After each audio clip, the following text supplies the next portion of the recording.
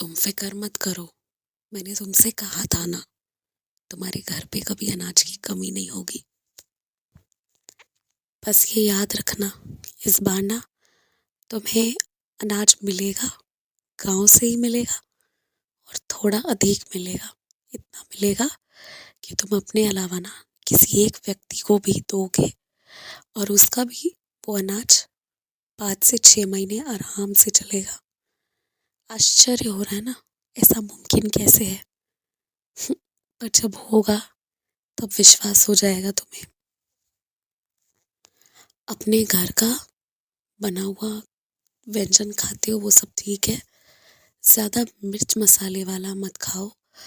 और मुझे ना अचार बिल्कुल नहीं चाहिए कि तुम मेरे भोजन में मुझे भोग लगाते वक्त अचार मत देना। मेरी बिल्कुल इच्छा नहीं है ऐसे तेल मसाले वाली कोई भी चीज़ इस वक्त खाने की। और हो सके तो तुम भी वही करो।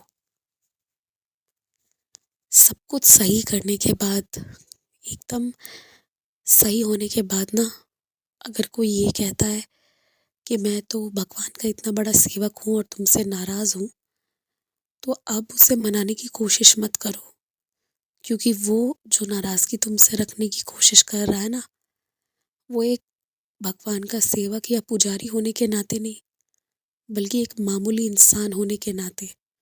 और इसलिए सिर्फ कि उसकी तुमसे इच्छाएं हैं, उसकी चाहत है कि तुम उसे कुछ दो जो इस वक्त तुम्हारी इच्छा नहीं है।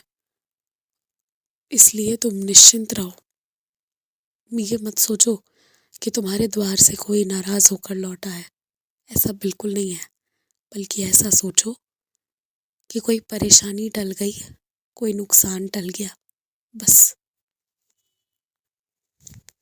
पता है, अपने कर्मों पर शुरुआत में कोई ध्यान नहीं देता और बाद में जब दिक्कत आती है ना, तो दोषारोपण करने में, मुझे, मेरे ऊपर आरोप लगाने से पीछे कोई नहीं हटता।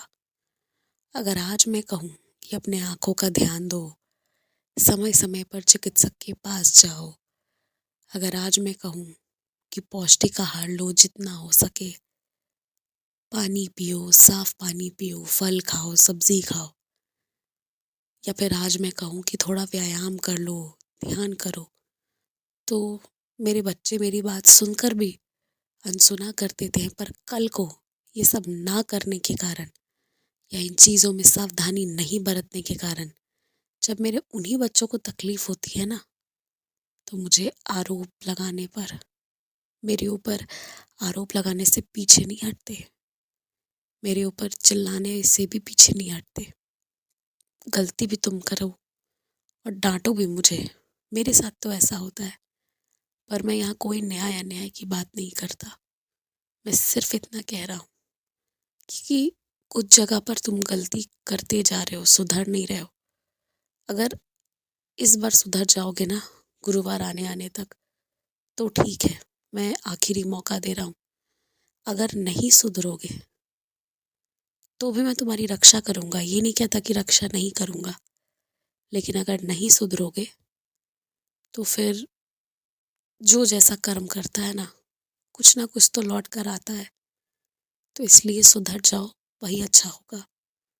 मैं ये नहीं कहता कि तुम्हारे साथ नहीं सुधरने पर कुछ गलत होगा, लेकिन हाँ, मेरी डांट तो पड़ेगी तुम्हें। और फिर तुम उदास हो जाओगे कि सही आपने मुझे ऐसे क्यों कहा।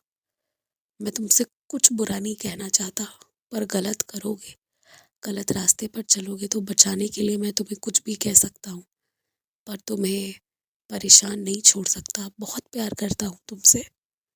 खुश रहो, मेरी बातों को समझो।